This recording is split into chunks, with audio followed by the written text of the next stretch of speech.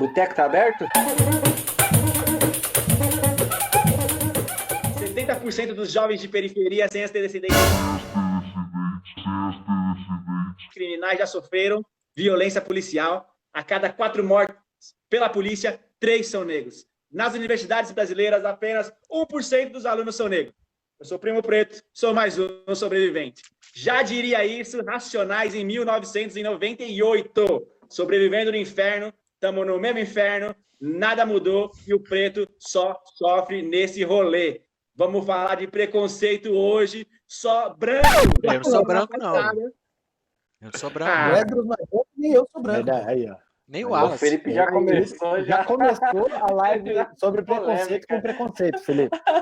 Já começou tudo errado, então. E aí, eu não sou suficientemente preto para você? Na verdade, o que acontece? O grande rolê é que todo mundo é preto, né, no Brasil, e ninguém é preto no Brasil, né? Pelas estatísticas, branco e pardo, 53%. Mas o Neymar é branco. E aí, como é que faz? Falei. Mas a questão do Neymar é que dá saudade de tudo que é aquilo que a gente não viveu. Acho que, Tô com ele nessa. aí a gente já começou complicado aí, né? No sentido, acho que trazer essa questão de todo mundo é preto no Brasil, a gente começa a complicar na questão, né, identitária do negócio, né? Acho que não é muito isso, Depende não. muito de onde no Brasil que você tá, né? Exatamente. Acho que não é muito isso, não, né? Existe todo o movimento de talvez tirar até a questão do pardo, né? Achar que o pardo é meio que desvirtuar a própria identificação do sujeito ali, né? No seu lugar, né? E tal. E é isso. Eu mesmo, quando eu há uns 2 anos atrás, ou até um pouco mais, uns 3 anos, me deparei com essa leitura de que, cara, não, você não é pardo. Você tem que saber que você é preto. Né? E se localizar aí e poder saber fazer essa leitura, não só de você, mas dos outros, né? Eu compartilho um pouco disso. Eu passei muito tempo enfatizando essa questão do pardo, né? E eu ainda acho que existe, diferente de algumas correntes que acham que não, porra, não existe pardo, ou é preto ou é branco. Eu acho que não, porque é fruto da miscigenação e a gente também tem que valorizar isso, né? Porque a miscigenação proporcionou para a população brasileira uma característica muito própria, muito nossa. Na verdade, não só brasileira, né? Acho que a América Latina como um todo. Mas quando eu entendi o valor de... Isso é bem recente. O valor de aceitar e de reconhecer a sua origem ancestral, cara, faz uma puta diferença. Faz uma puta diferença. Ô, Fernandinho, a gente chegou nesse assunto aí porque, principalmente essa semana, o bicho tá pegando aí, né? Ah, cara, tá feio. Estados Unidos aí, mais uma vez, relembrando alguns episódios, eu até coloquei aqui na minha lista aqui, pra gente bater um papo e pegar o gancho de Los Angeles Reels, 1992, né? Nossa. Que foi um grande estopim, né? Para quem não lembra desse caso, de Los Angeles, 1992, um taxista chamado Rodney King estava dirigindo bêbado, e aí começou uma perseguição policial com aquele estilo norte-americano, com televisão, helicóptero, carro na rua, tipo da Atena e o comandante Hamilton de Los Angeles, a todo vapor, transmitindo, né, ao vivo na televisão. Só que quando pegaram ele, 4 policiais, mano, mas esfolaram o cara, mas deram a surra. Desceram a lenha nele, mas ao vivo, assim, a televisão filmando. E ele não morreu, mas ele levou 56 golpes contados. 56 golpes. Isso foi em 91, na verdade. Em 92, os policiais, os 4, foram julgados. E os 4 foram absolvidos. Na hora que eles foram absolvidos, começou um protesto em Los Angeles, que começou na boa, indo para a rua, e aí a polícia começou a proibir esses protestos, e aí o bicho pegou. E aí a galera saiu tocando, uma semana tocando fogo em tudo em Los Angeles. E aí tinha as cenas mais bizarras possíveis, assim, dono de mercados coreanos, né, em cima dos mercados com arma, dando tiro em manifestante, os manifestantes arrancando os caras de dentro do caminhão, botando fogo em caminhão, e virou uma loucura. Aí os policiais foram julgados novamente, um ano depois, 2 desses 4 foram condenados, né? E o Rodney King ganhou 3 milhões e pouco também lá do do estado da Califórnia que ele processou. Esse fato, essa loucura de ir para a rua e botar para fuder de verdade, aconteceu e deu resultado. Mudou um pouco, pelo menos nesse estado, o panorama para os negros. Você morando aí, ô Fernandex, vendo Minneapolis em chamas, você acha, ou você vê, ou sente que alguma coisa pode mudar? Cara, vou falar para você que eu acho que é muito difícil mudar alguma coisa. Muda no sentido de vai ter com certeza, esse policial já se ferrou. Os outros, se eu não me engano, os outros 3 que estavam com ele foram despedidos também. O que já é uma coisa comparado com o passado recente, tipo, né, uau. Esses caras estão ferrados, vai ter algum tipo de... Mas, infelizmente, o que acontece, o porquê acontece, não muda, porque é um problema cultural, cara, que está tão enraizado e é tão... O problema dos Estados Unidos, e nisso acho que os Estados Unidos é muito parecido com o Brasil, é um país muito grande. Você tem muita gente que não é afetada pelo problema. Então, no Brasil, você tem muita gente no Brasil que não é afetada pelo racismo, pela fome, pela miséria. Então, porque é muito grande.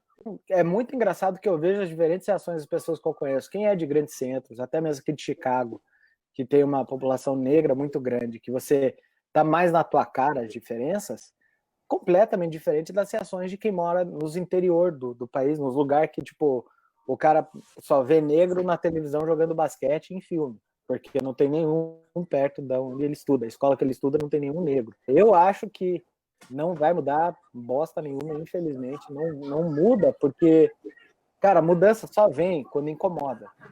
É tipo, você tá tratando o sintoma, tá ligado? E quando você trata sintoma, você resolve o problema por um tempo. Mas você não tá tratando a causa, então a pessoa vai continuar ficando doente. É a mesma coisa. Infelizmente, aqui é assim. É uma luta... Uma luta sem causa, uma causa sem resultado. Assim, é treta por treta. Entrar nessa treta é só para entrar na treta. Eu acho que, uma luta em glória, né? É uma luta em glória. Eu acho que essa é a coisa.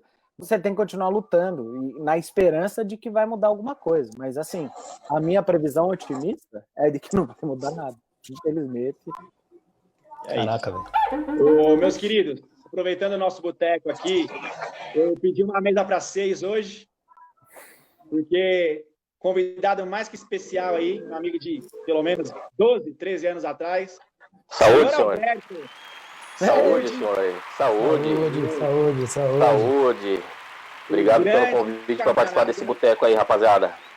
Seja bem-vindo, meu querido. Esteja em casa e aqui você tem lugar para falar o que você quiser. Você é uma voz ativa aí nas redes sociais. Os últimos anos que a gente está nesse fervo, né, mais aguerrido aí de polarizações políticas, muita gente confunde também, né? Falar de racismo com falar de política, porque são coisas totalmente separadas, mas no cenário atual hoje acaba se misturando, né? Então, bem-vindo à conversa. Você é um cara que tem bastante experiência no assunto. E a gente tá falando... Em ser preto? Mérito. Bastante experiência em ser preto. Eu tenho, cara. Quase 40 anos sendo preto, cara. Eu acho que a questão racial, ela passa por uma série de pontos no Brasil, tá? Passa pelo momento que o país está, mas a gente tem uma população negra que ainda não está organizada no país, né? Quando a gente fala de uma população negra que não está organizada, só a gente olhar o que está acontecendo nos Estados Unidos, né? Mataram um cara aí de maneira muito covarde, aí o George, e, cara, fogo no colchão. Ninguém aceita, entendeu? Na mesma semana, uma semana antes, morreu um rapaz na sala dele, né? Com um tiro na cabeça aí, e ficou por isso mesmo, e tantas outras coisas ficaram por isso mesmo. Então a gente vive, acompanhando o comecinho do papo aí, a gente vive essa questão racial do, não, todo mundo é negro, tal, e isso traz esse mito da democracia racial, né? Não, todo mundo é preto, todo mundo é um pouco negro e tudo mais. Só que na prática, né, quando a gente vai pra rua e vê a forma que a polícia aborda, vê a forma que as coisas acontecem, e vê na prática como é que as coisas estão acontecendo nas corporações, né? A quantidade de negros que estão em cargos né, que fazem alguma diferença, de posições de destaque, é ínfima, né? Não tem. Até para dar embasamento aí nesse gancho que você pegou, peguei uns números aqui e eu queria que você até batesse um papo para a gente sobre isso aqui. Estava vendo, na política, 15% apenas dos juízes no Brasil são negros, sendo que hoje já não tem mais nenhum no STF, né? No Senado, nem 30%, 29% dos senadores são negros. 20% só dos deputados federais são negros, né? No mercado de trabalho em si, o salário médio de um branco no Brasil é 2.660. O salário de um negro no Brasil é R$1.400. E de quem você é hoje, o que você faz profissionalmente, como é que é a sua vida, uma breve historiazinha. E como é que você se enquadra dentro desses números? Como é que você enxerga esses números tão desfavoráveis à população negra no Brasil como referência? Legal. Bom, eu tô na área de tecnologia aí, vai fazer 20 anos agora, né, no finalzinho desse ano. A minha graduação basicamente é na área de tecnologia e eu fui, né, navegando para a área de negócios aí, né, me graduei em ciência da computação, depois fiz uma outra graduação e aí a parte de MBA e pós-graduação foi mais para a área de negócios e também para a área de docência, né, dei aula durante algum tempo. Corporativamente falando, né, eu não estou no lugar comum, né? Então, por diversas vezes eu sou o único negro dos ambientes, quase toda reunião, quase todas as visitas, quase todas as viagens. No avião eu sou quase o único negro, no restaurante eu sou o único negro, enfim, isso já desde sempre, né?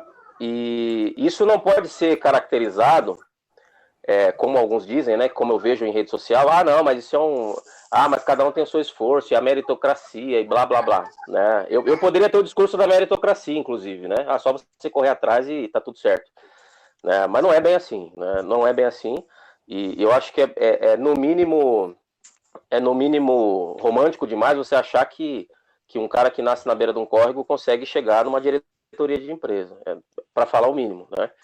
Então, como as coisas foram, como historicamente a sociedade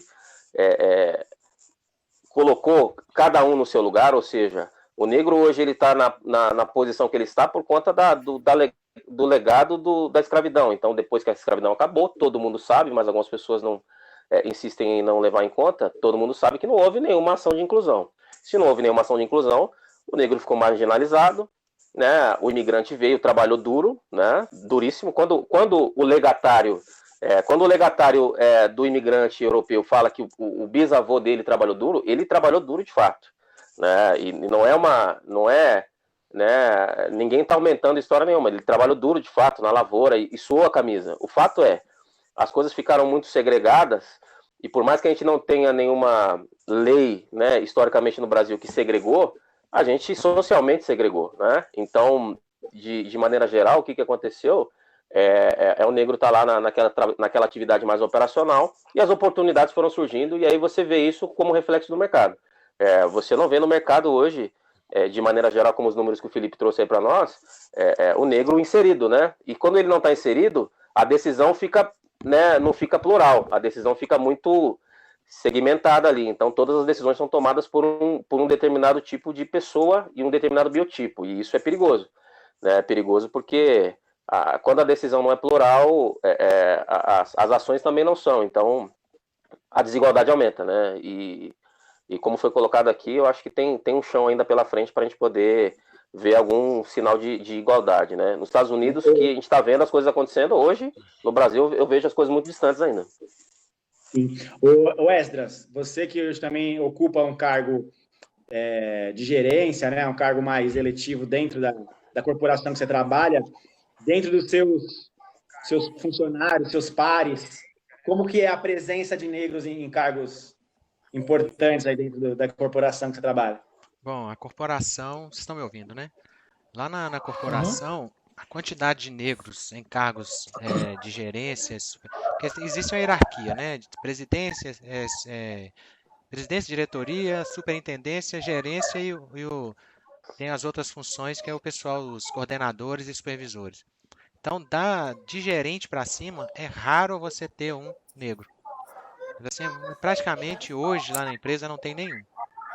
Talvez, sabe assim, um mais ou menos estilo Jader, assim, ou mais clarinho, assim, mas negro, Cafuso. nenhum, sabe? E a mesma questão das mulheres também, entendeu? Passa por esse mesmo padrão, né? E nas equipes também mais abaixo, que é a área onde que eu estou, né? Na parte de coordenação de uma equipe, é mais difícil também. Mas assim, eu vejo que talvez não seja questões do racismo em si, pelo menos do meu ponto de vista. É mais a questão da não ter acesso. Aquela questão das pessoas não terem acesso aos concursos e por questões talvez do ensino, não ter acesso a ensino, a faculdades melhores, escolas melhores, acaba que nos concursos eles são muito exigentes nos concursos, e aí infelizmente poucos passam. Mas aqueles que passam são excelentes profissionais. Então, Isso assim, aí já é um racismo estrutural, né? Já é o racismo estruturado que a gente disfarça isso como nome de oportunidade, né?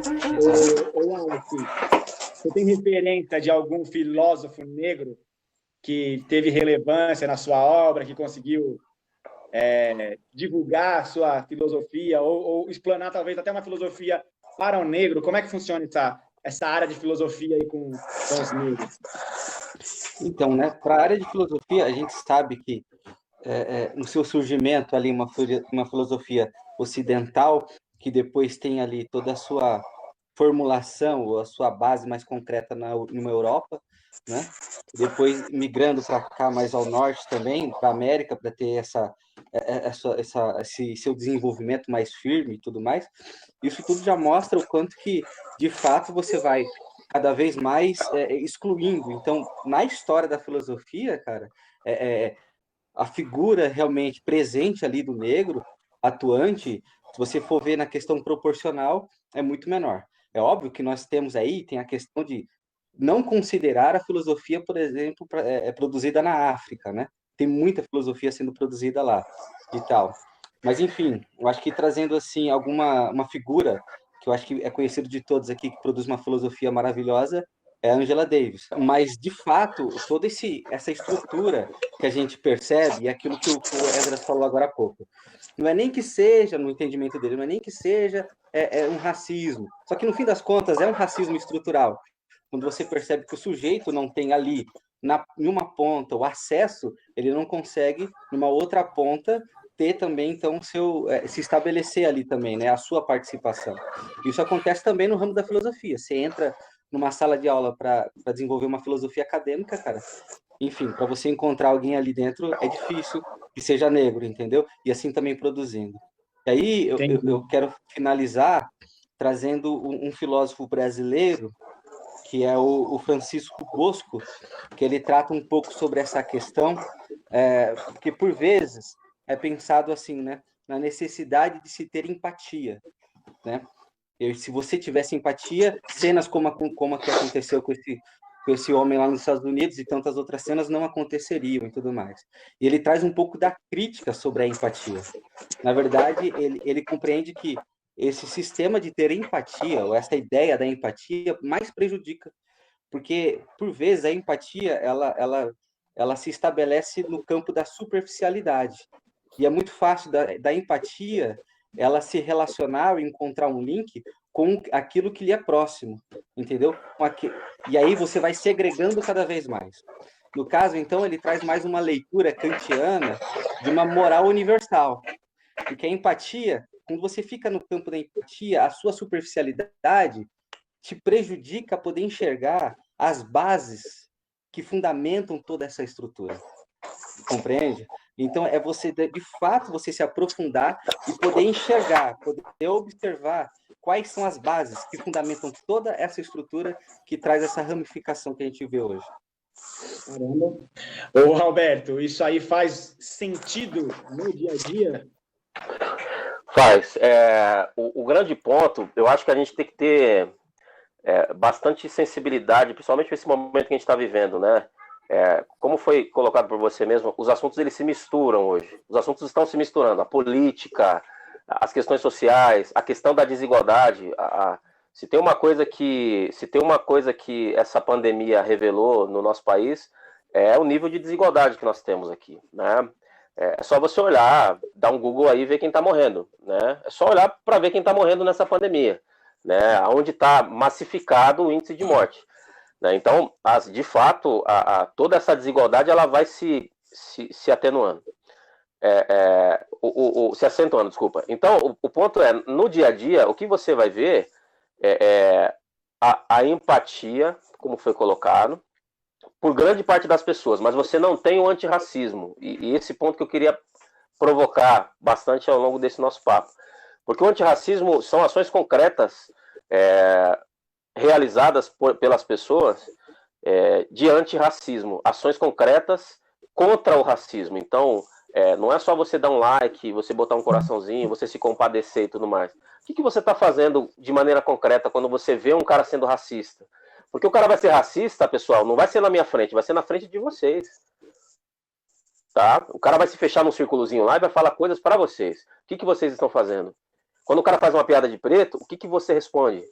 Porque quando aconteceu o caso da moça aí, da Fatou, da menina filha do senegalês agora, que o grupo de WhatsApp estava falando coisas horríveis que eu não gosto nem de ficar repetindo, o grupo de WhatsApp da escola dela. Então, só para contextualizar, a Fatou é filha de um engenheiro, de um professor, na verdade é um doutor em engenharia, é professor universitário senegalês, e ela estuda numa das maiores escolas do Rio de Janeiro.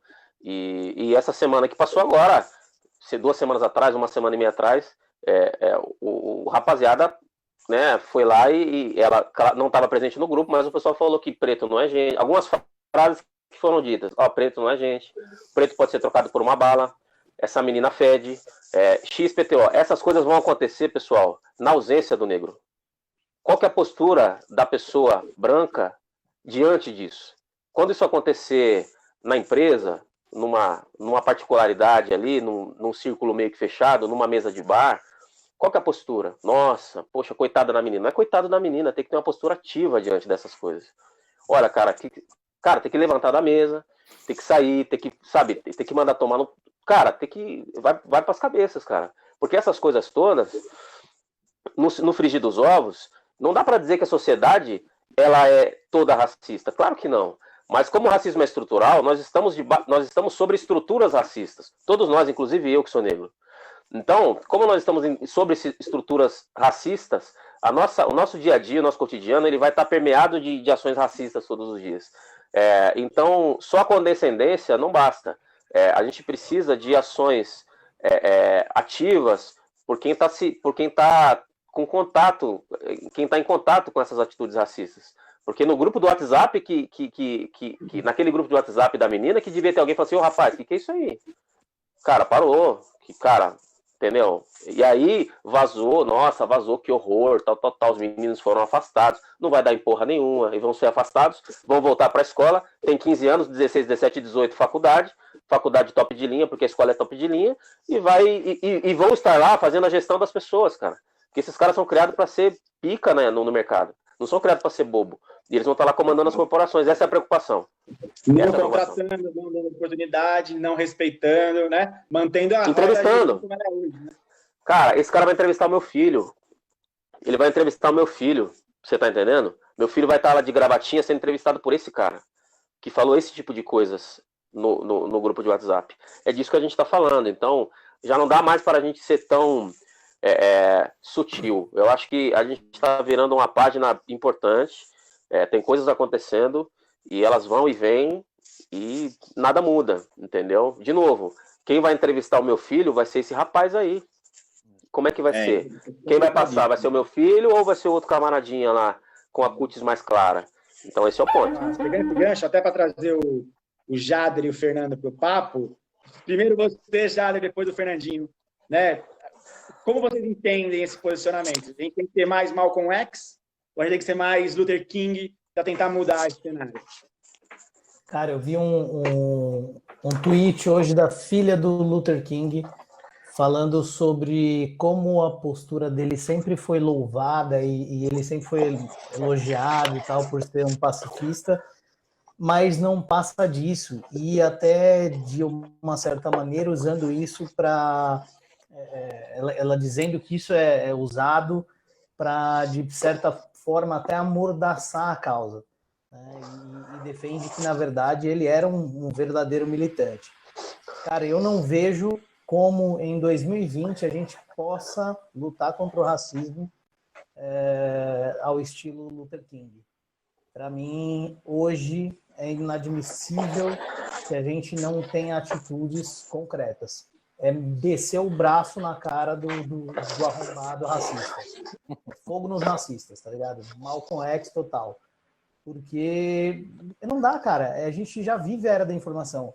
Há tempos atrás, você poderia dizer que o cara era desinformado porque ele não conhecia um preto, porque ele não convivia com alguém na comunidade dele que fosse preto.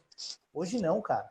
Hoje a gente tem ciência para dizer que somos todos iguais, a gente tem, enfim, a história para dizer que somos todos iguais, a gente tem a história revelando que houveram grandes impérios na África. Então, cara, tudo aponta para a igualdade de possibilidades dos seres humanos. Instigados por mais ou menos dificuldades, o que motivou mais ou menos desenvolvimento. Eu estava ouvindo essa semana um Nerdcast e os caras estão falando, cara, invariavelmente, as populações que viveram em lugares frios se desenvolveram mais, por causa da necessidade. Os caras que viviam no calor tinham mais tranquilidade, mais facilidade para viver uma vida um pouco mais ancestral. Mas não é questão de capacidade maior de um ou de outro, é questão de necessidade. Capacidade todos temos a mesma. Então é inadmissível que em 2020 a gente lide com isso com passividade. E aí, Fefe, bota teu fuzil no peito e diga aí, você é Malcolm X ou você é Luther King nessa briga? Cara, eu tava tendo uma conversa sobre isso agora há pouco. E eu acho que tem uma citação do Luther King que ele fala, né, que o motim, a revolta, é a língua dos que não são ouvidos. Quando eu vejo, por exemplo, poucas semanas atrás, teve um protesto, um bando de gente querendo que tudo abrisse, galera que era contra o lance do Covid, tá fechando comércio e tal, os malucos com rifle no peito, armado, dando de dedo na cara do policial. E ficou por isso. Não teve bomba de lacrimogênio, não teve gás de pimenta, não teve nada. Os protestos, a grande maioria dos protestos estão começando de forma pacífica. A galera sentada no chão, a galera, inspirada no Kaepernick, aquele jogador da NFL, a galera, tipo, de joelho e tal. Tem muita gente fazendo o próprio gesto do Floyd, né? I can't breathe, né? I can't breathe. E só que aí chega a polícia de choque, os caras começam a jogar, e aí nessas vira... Daí começa a quebradeira, e aqui em Chicago foi feio pra caramba. Tipo, eu entendo o porquê da revolta. Assim, eu acho que eu entendo. Tipo, se eu... sei lá, o Alberto e o Esdras com certeza viveram na pele. Eu tive do outro lado. Eu judiei muito. Quando eu era mais novo, acho que na terceira série eu lembro, foi, acho que de 2 ou 3 vezes na minha vida toda no colégio que tinha uma pessoa negra na minha sala. O João, coitado do João. Cara, como a gente judiava do João. Cara, moleque, terceira série, eu tinha 9 anos de idade. Então eu fico imaginando, cara, eu vi o que era ser negro no sentido de que, tipo, a gente judiou demais daquele moleque por 1 ano. Imagina a sua vida inteira você ter que lidar com isso. Meu irmão, chega uma hora, todo mundo é de carne e osso, entendeu? Agora sim, então, para que serve esse motim? Esses motins, eu não acho que eles servem para resolver alguma coisa, mas eles servem para chamar atenção. Tipo, isso é um problema que não pode ser varrido para debaixo do tapete, não pode não ser resolvido. Agora, se motim, se revolta resolve alguma coisa, cara, violência gera violência. Infelizmente é o que acontece. E aí, um monte de gente que estava apoiando o caso do Floyd agora tá contra, porque, mano, o quebra-quebra não é só contra as grandes corporações. Tem, cara, uma das últimas lojas de equipamento fotográfico que tem na cidade de Chicago, ela existe há mais 100 anos. Foi arregaçada. É um pequeno comércio.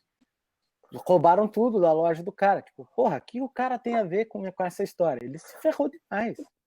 Claro, a Macy's, a Cartier, umas monstras também arregaçaram tudo ali. Então eu não sei o quanto é eficiente. O Luther King, eu acho que a importância que ele teve foi porque no meio da revolta, no meio daquela desgraceira toda, ele foi uma voz que conseguiu organizar todo mundo e falou, moçada, vamos trabalhar junto para tirar alguma coisa disso. E eu acho que hoje o que falta é uma voz assim, pra, tipo, vamos organizar essa zona. Vamos reivindicar o que tem que ser reivindicado, entendeu? E aí, numa sociedade democrática, o que vai acontecer, meu irmão, o voto é a tua melhor arma, entendeu? É o povo se organizar para derrubar. Então, eu acho que assim, o que está acontecendo agora, essas revoltas que estão acontecendo, eu não acho que vão resolver problema nenhum. Elas chamam atenção para o caso, mas eu me questiono o quanto elas realmente ajudam a causa. Eu não sei se ajudam, entendeu? Porque eu acho que ela está criando mais inimigo do que amigo. Ela está causando mais antipatia do que simpatia pela causa. Então, mas por outro lado eu entendo. Tipo, cara, se fosse uma parada que eu sentisse na minha pele desse jeito, pô, hoje o que eu sinto, cara, é tristeza, de verdade. Tipo, me dá vontade de chorar, cara. Porra, eu vi o vídeo, a forma como o cara morreu. Tipo, aquilo foi revoltante, tipo, a ponto de me fazer chorar, entendeu? E você vê a galera de boa, meu irmão, tomando arrepio da polícia. Cara, é revoltante. É revoltante mesmo. Isso é uma loucura, assim. Aí até pegando o Alex, até para você complementar o que você pediu a oportunidade aí para falar no boteco, até onde isso que o Fernando explanou agora, depois o Alberto também entra nessa jogada aí, é o lance só da empatia, tá ligado? Só de achar que a gente tem um nível de uma camada de compaixão, né? E até onde isso de fato é um sentimento de mudança que a gente quer, né? Se não, eu senti a dor pela morte do cara, entendo a treta, mas acho que a treta não resolve nada. Como que você resolveria filosoficamente essa equação? E depois o Alberto já entra na sequência aí nesse bolo. Legal. Eu ia falar para o Alberto, era só completar a frase dele ali, a fala dele, no caso, né? No sentido de que não basta só não ser racista, é preciso ser antirracista também, né? Bem, é complicado todo esse cenário de como que a gente se comporta no meio disso tudo.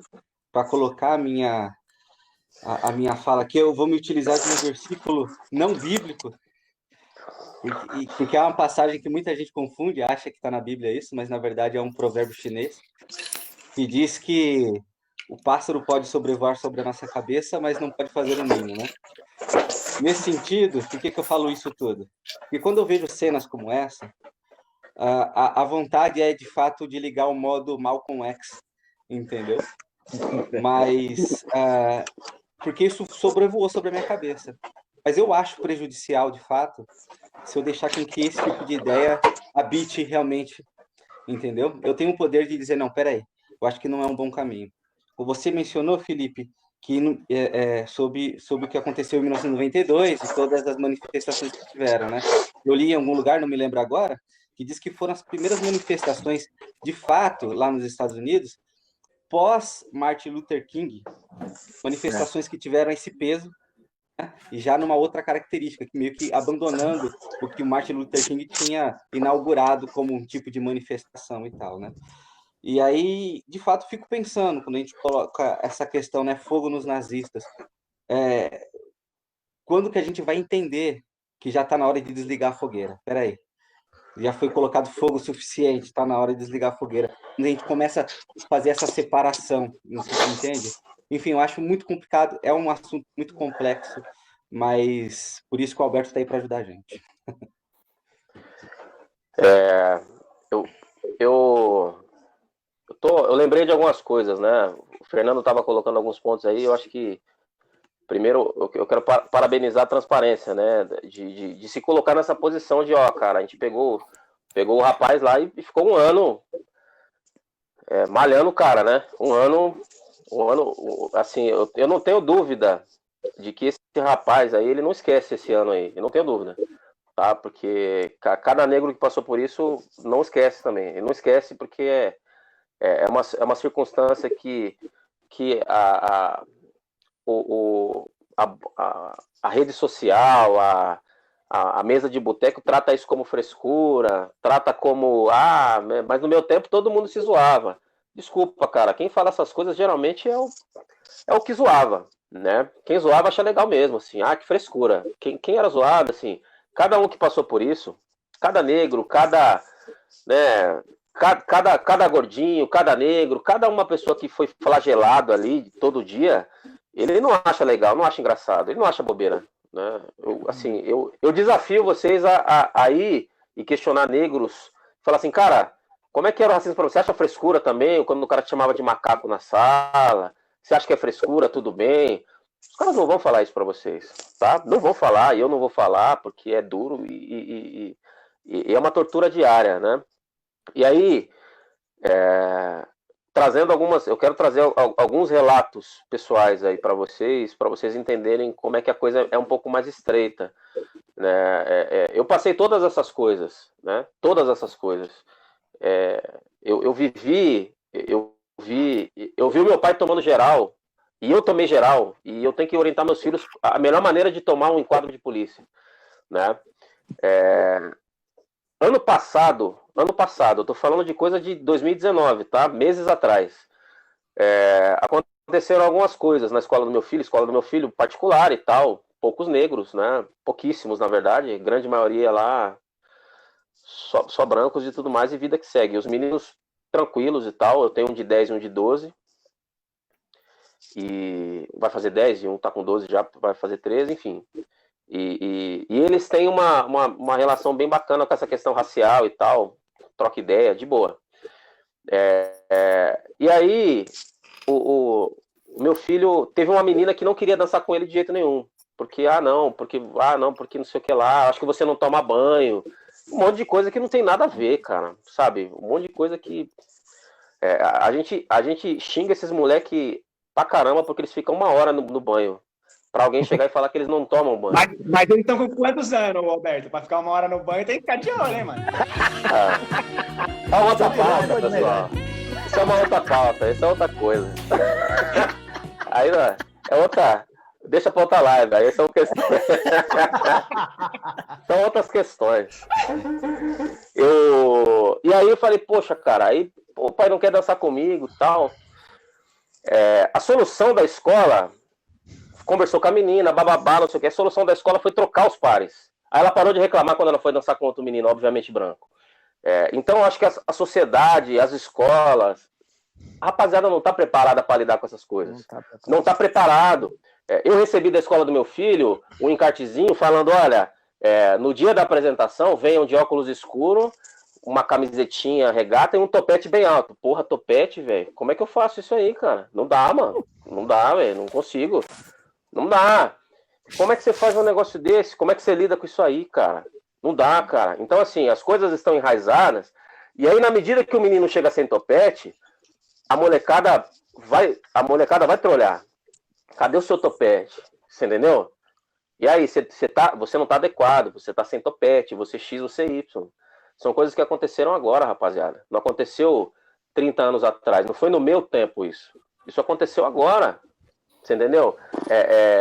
Entre várias outras coisinhas que são menores, mas que em doses homeopáticas vão minando a autoestima da criança. Então, quando acontece esse lance de você ficar caçoando de uma pessoa todo dia, de você falar que ela tá inadequada porque ela tá sem topete, você causa um efeito colateral, que é você minar a autoestima da pessoa. Quando ela vai pro mercado de trabalho, quando ela vai namorar, quando ela vai fazer X, quando ela vai fazer isso, ela não tá no vigor todo dela, porque ela foi diminuída a vida toda.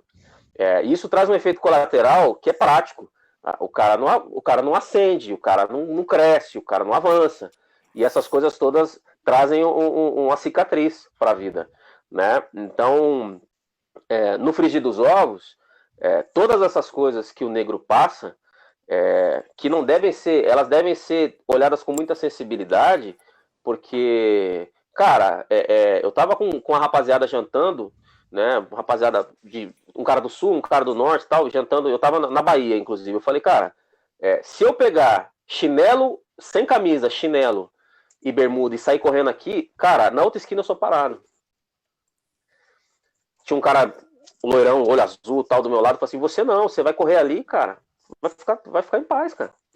Você entendeu? Então tem coisas, mecanismos que a gente adota, não tô falando que tá certo e que tá errado, mas são mecanismos que a gente adota desde pequeno. Cara, eu quero ter o direito de andar com a roupa que eu quiser, você entendeu? Mas eu tenho que adotar um certo tipo de protocolo para eu não ter problema. Porque senão eu passo no banco, a porta para, a polícia para, entendeu? Quem me levava até o ponto de ônibus, muito tempo atrás ainda, muitos anos atrás, quando eu namorava com a minha esposa ainda, quem me levava no ponto era ela que dava o sinal no ônibus para mim, senão o ônibus não parava. Caralho. Ela tinha que dar o sinal, vou dar o sinal aqui, que era saindo domingo à noite, saindo da igreja, essas paradas todas, tal, 10 horas da noite dando sinal. Cara, eu já liguei pra ela e falei assim, cara, vou dormir aí, porque deu meia-noite e nem o busão parou. Eu não vi no livro isso aí, eu vivi essas coisas todas. Essas coisas todas acontecem. Então, na medida que você tem a sensibilidade de como as coisas acontecem, você consegue tentar achar algumas soluções. Eu não acho que vem numa geração ou duas as soluções. Né? Eu gostaria de ver meus filhos sofrendo menos, mas eu acabei de contar um relato que ano passado agora, meses atrás, o moleque tá se fudendo igual eu. Então, assim, talvez em algumas gerações a gente consiga mudar. Como? Eu também não sei. Mas o mínimo que a gente pode fazer é estar atento às coisas que estão acontecendo e ter uma postura ativa diante das coisas e trazer as provocações e os debates como está acontecendo nessa salinha aqui que a gente está trocando essas ideias entre nós e pulverizando isso aí para a rede. Porque se não debater, se não cutucar as feridas, a coisa não anda. Se não cutucar as feridas e as pessoas não se incomodarem, desculpa, a coisa não anda. É muito prático você falar, não, tá tudo bem, coitado dele, morreu, e a vida segue. E aí seguiu o Camaju, seguiu o Thaís Araújo, aí foi o George, aí foi a menina Fatu semana passada, e foi o Aranha Macaco, somos todos macacos lá um pouco mais pra trás. Cara, isso é antigo, cara. Isso é antigo pra caramba. Roberto, até pegando duas coisas que você falou aí, né? Falou o nome de algumas pessoas, né? Thaís Araújo, Maju, que hoje dão representatividade pra causa. E uns 2 anos e meio, 3 anos atrás, tive uma experiência na Bahia muito louca. Fui pro cinema para ver Pantera Negra, lotada no cinema, fila de espera, todas as sessões lotadas, consegui comprar um ingresso, consegui entrar. Sério, eu com essa Curtis Manbaby aqui, era o mais branco da sala, com certeza absoluta, tá ligado? E parecia final Copa do Mundo. Eu nunca vi um cinema daquele jeito, né? Quando se apresentava como rei, estruturado, com todo mundo respeitando, com a grana, com a tecnologia. Quando vi o Killmonger, né? Mesmo vilão, mas um vilão com causa. Tipo, a galera no cinema, os negros, totalmente choravam, vibravam, gritavam. Na cena onde o branco, o inspetor agente, começa a querer dar uma lição de moral, ele começa... né? E não deixa ele falar. Né? Nossa, o cinema veio abaixo. Assim, foi muito louco, assim, eu fiquei muito empolgado, porque foi empírico, né? Eu vi ali, talvez a única vez que eu vi o negro ser bem representado no cinema. Eu chorei no filme, várias vezes, parecia que era o Titanic, né? O Titanic é um filme que todo o pessoal chorava muito, né? Quando saiu no cinema. Cara, eu chorei várias vezes porque eu nunca tinha assistido um filme com tanta representatividade com o elenco majoritariamente negro. Assim, nós tivemos muitos filmes com elenco majoritariamente negro, né? O Ed Murphy fez muito isso nos anos 80, a rapaziada fez isso aí, o Príncipe em Nova York praticamente só tem negro e é um marco também. Mas a gente que é menino, né? Essa parada do herói, ela é diferente, cara. Vocês sabem que é diferente essa parada do herói. Você fica tentando se buscar ali, ó, eu sou ali o super-homem, eu sou o cara X e tal. Eu ouvi muitas vezes ao longo de muitos anos, não, mas o super-homem nem é preto, não, mas o Batman também nem é preto, então eu não tinha nem o direito de usar o negócio do Batman, lá tinha uma mascarazinha de plástico do Batman, não tinha o direito de usar um negócio do super-homem, porque o super-homem também tinha a porra do topete, e não sei o quê. Então, assim, você não tinha direito de se vislumbrar como um herói. Não, mas não tem nada a ver. Claro que tem a ver. Eu fui uma criança que ouviu que o super-homem não é preto. Eu ouvi isso aí. Não foi 2, 3 vezes. Tá? E aí eu deixei de ser um super-homem, eu desisti de ser um super-homem. Eu desisti de ser o seu X, o Y, né? E aí eu gostaria de fazer um exercício com vocês aqui, de vocês quererem, de vocês lembrarem de quantos heróis negros da sua infância vocês vão se lembrar. Ah, mas não sei o que, vieram falar não sei o que tinha o Blade. Ah, tem o Blade. Que porra de Blade, cara? Que Blade, cara? Blade é herói. Que Sabe cara? quem é o Blade, meu? Ninguém nem sabe o que é o Blade, cara. Vampiro preto, nunca vi isso na vida. Cara, cara, o que eu tô dizendo é o seguinte, cara. Não tinha. Não tinha. Traz um nome. Entendeu? Você vai assistir o He-Man, todo mundo. Ele era branco, depois ficava meio bronzeado, né? Virava o He-Man e ficava mais bronzeado. O Thundercats era todo mundo lá, todo mundo era gato, não tinha um gato preto, beleza. Tarzan tá na África, é branco, porra, cara, caralho. Sabe, não tem, cara. Cara, traz um pra mim. Tô falando de herói com representatividade, herói que todo mundo quer ser. Não tô falando de herói bostinha, heróizão mesmo, que você vai falar assim, cara, eu sou o pá. Não tem, não tinha. Então, o Pantera Negra, apesar do Pantera Negra ser um herói muito antigo, mas não tinha essa representatividade, nos anos 60 já estava lá Pantera Negra e tudo mais, mas ele não tinha essa representatividade de, porra, olha, eu sou o Pantera Negra e tal. Então, essa questão da representatividade é importante, porque nas brincadeiras, o heróizão é o cara que salva tudo, e você traz para sua vida isso. Quando você é protagonista na brincadeira, você vai trazendo um exercício de protagonismo na vida que vai se perpetuando, e quando você fica adulto, você vai sendo ali o macho alfa da coisa, você vai exercitando a liderança. Quando você é o amigo do herói, quando você é o ajudante do herói, o assistente do herói, o carregador da bolsa do herói, ao longo da vida, você vai ser internalizando isso e você vai ser o ajudante do herói a vida toda. Então, quando você olha uma Maju Coutinho e você vê uma menina, que nem eu vi uma foto esses dias linda, de uma menina lá imitando a Maju, porque eu também quero ser, isso traz uma projeção para a vida, e que é meio de lei da atração e blá blá blá, que vai trazendo e você vai exercitando isso ao longo de anos, e isso vai se concretizando na sua vida, né? Da mesma forma que você vê um ator, uma atriz, um médico, né?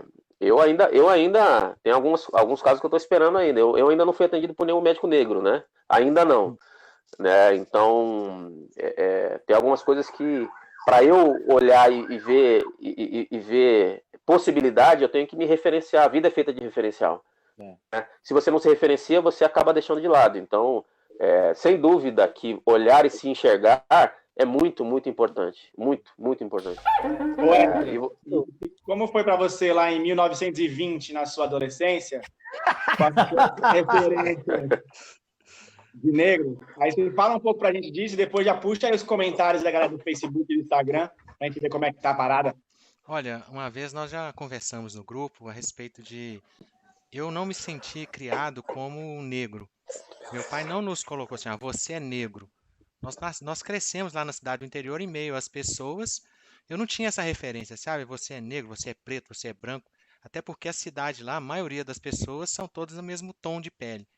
Então, não via isso, sabe? De ser preto ou branco. Quando nós saímos de lá de Paracatu, que viemos para Belo Horizonte, por exemplo, começamos a perceber isso. Eu comecei a perceber isso. Eu saí de Paracatu com 7 anos de idade. Aí quando eu chego na escola, aí você vê uma diferença, até no tratamento e tudo mais. Mas assim, sinceramente, eu nunca me senti discriminado. Ou pelo menos eu não percebi quando de alguma forma possa ter ocorrido, né? E pelo fato disso ter acontecido, eu não ter tido essa vivência, dessa percepção de que sou um negro naquela época quando eu era criança, talvez eu não tenha percebido também nenhuma ação ou nenhuma atitude racista para cima de mim, né?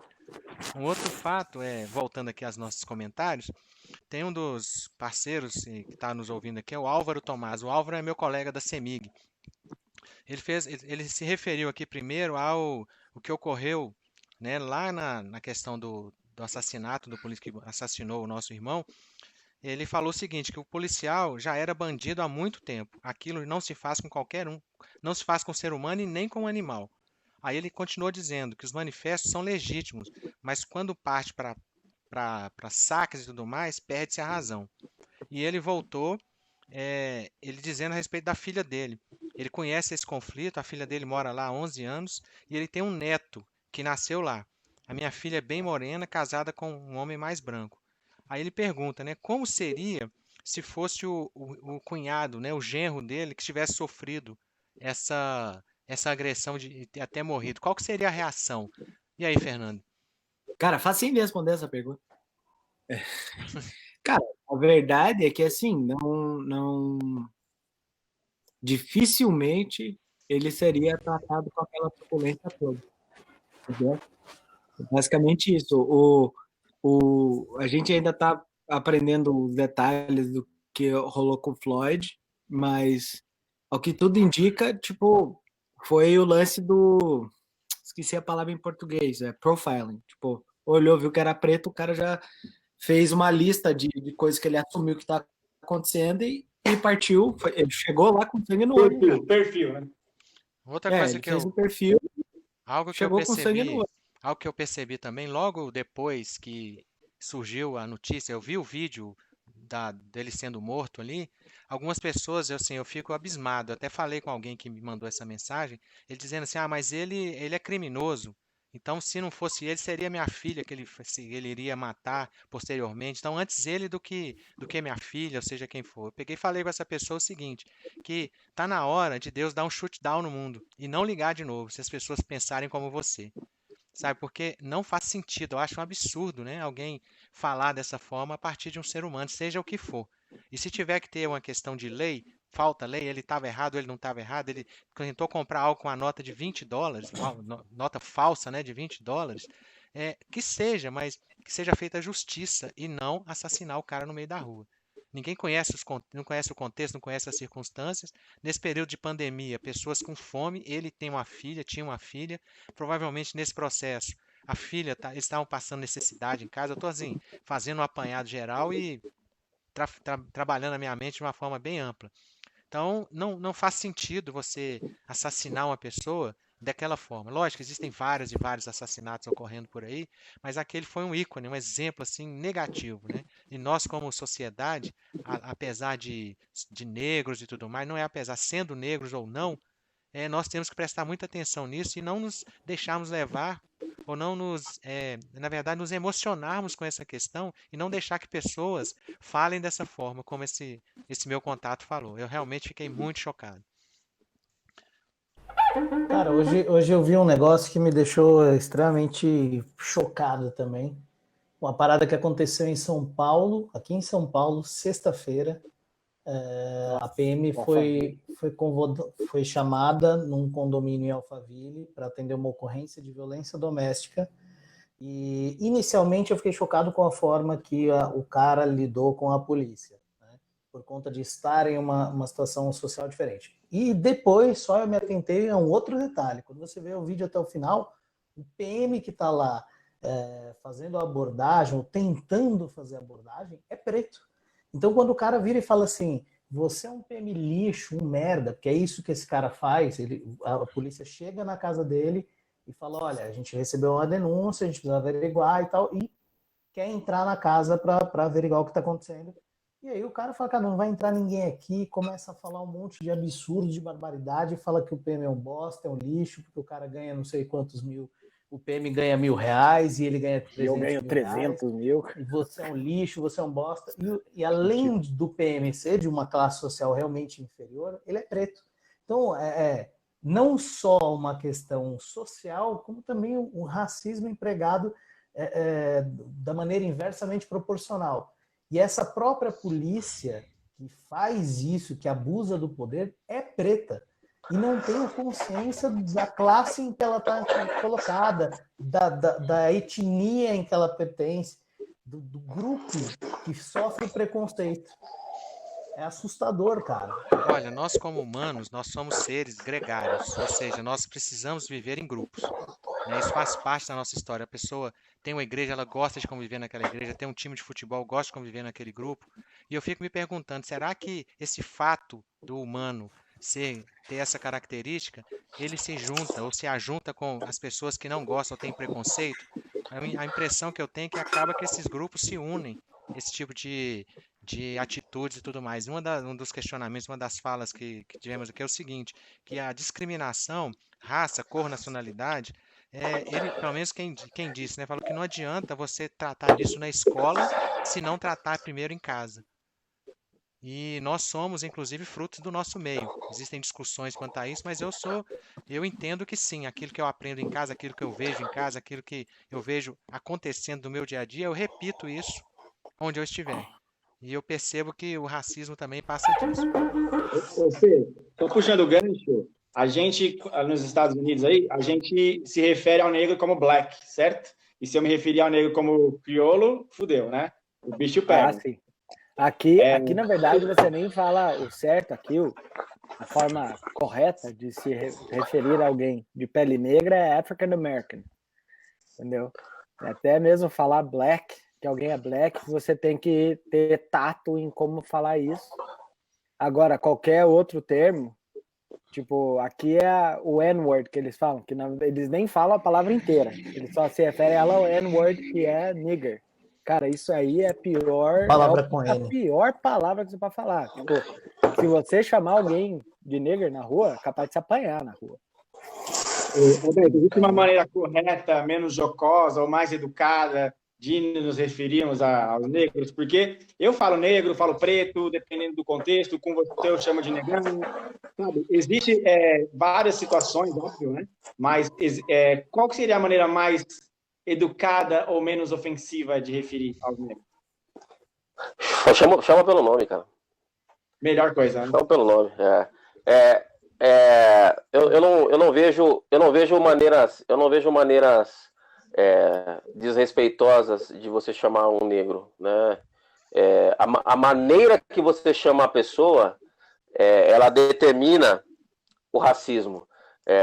Não entra nessa onda de chamar o cara de preto, vai ofender o cara, a negão vai ofender. Isso é uma bobagem, cara. Isso é uma bobagem. Não ofende.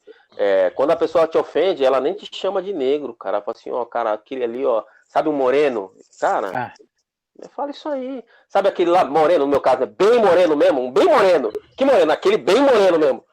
Cara, a pessoa não fala, assim, as ofensas raciais, o racismo, a discriminação, o preconceito, ele não está na maneira que você fala, nem nas coisas que você fala para as pessoas.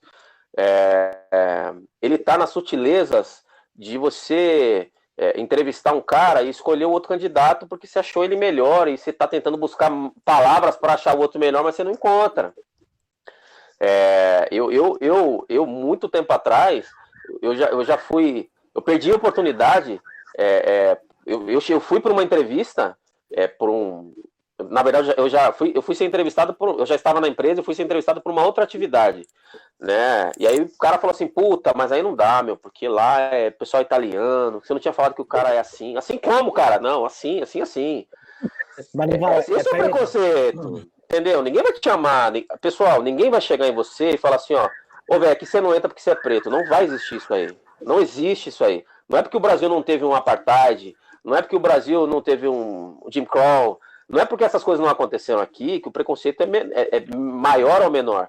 Pelo contrário, eu acho que o preconceito velado, fruto do racismo estrutural, ele é muito pior do que você falar pro cara aqui você não entra. É muito pior. Porque quando você fala pro cara que você não entra, sabe o que o cara fala? Eu vou entrar, e o cara sai na mão e entra. Você entendeu? Agora, quando ele é velado, você não sabe que você não entrou. O cara fala assim, não, mas veja bem, sabe o que acontece? Eu contratei o outro porque é melhor, aqui porque é melhor, eu escolhi o outro porque X, aqui não é melhor, e aí essas coisas vão ficando nesse mito de democracia racial, de todo mundo aqui é um pouco negro e blá blá blá, e não é assim. E além de preconceito, cara, e outra, além do racismo, do preconceito, a gente tem o colorismo também, que determina que o Esdras vai sofrer menos preconceito do que eu, né? Da mesma forma que a minha esposa, que é uma negra bem clarinha, e eu que sou um negro bem retinto, sofro mais preconceito do que ela. Porque na América Latina a gente também tem essas questões. A gente sabe, o Fernando sabe que aí nos Estados Unidos, cara, o cara é negro. Negro claro, negro escuro, e é preto e pronto. Agora, aqui no Brasil a gente tem o negócio do moreno, e papapá. Aí a mulher tem uma pele um pouco mais clara, alisa o cabelo, já vai para uma outra faixa de classificação, e por aí vai. Então, além de tudo isso, a gente tem essas questões sociais que o preconceito traz. Então, na verdade, cara, a vida toda eu fui chamado de negão, a minha mulher me chama de preto, e os camaradas também me chamam, isso aí não tem nada a ver. Eu, quando me classifico, eu me classifico como um cara preto. Ah, mas afro-brasileiro. Não, cara, pelo amor de Deus. O problema não está aí, na verdade. O problema não está aí. E no frigir dos ovos, no dia a dia, eu posso levar uma vida totalmente tranquila, fingindo que eu sou o negro da meritocracia. Não, mas é só você batalhar e tudo mais. Mas vai ter vários momentos que alguém vai me lembrar que eu sou negro. Não que eu precise ser lembrado, mas alguém vai fazer o favor de lembrar. Como aconteceu com a moça da escola do Rio de Janeiro. Ela não tem problemas financeiros, não é pobre, ela é filha de engenharia, professor universitário, tem 2 lojas. Agora, ela estudando numa das melhores escolas do Brasil, na melhor do Rio de Janeiro, ela sofreu um preconceito pesado. Nem por ser pobre, não. É por ser negra, Negra é tinta. E aí isso é um fato que muita gente confunde nas conversas, né? Achar que o preconceito ele está associado necessariamente com a condição social, né? E a gente sabe que tem muitos negros muito bem financeiramente, alguns muito bem estruturados e continuam sofrendo o mesmo nível de preconceito, ou talvez até mais, por estar em outros patamares de relacionamento, né? E isso é foda. Uma coisa que a gente não falou aqui hoje, mas todo mundo já deve ter passado aqui, pelo menos a observar esse cenário, é da igreja, né? Quantos pastores de relevância negros existem nas igrejas? Quantos de vocês foram pastoreados por negros, né? E qual que é o papel hoje no Brasil do negro na igreja? Jadão, você que tem muito acesso às igrejas e viveu sua vida inteira na igreja, você consegue fazer uma análise de como que é o comportamento da igreja para com a sociedade negra? Antes do Jader falar, eu queria fazer acrescentar. Nós estamos falando da igreja evangélica, mas como é que é a caracterização também do negro nas religiões? Porque a gente vê padre católico, padre negro, também não é muito se vê.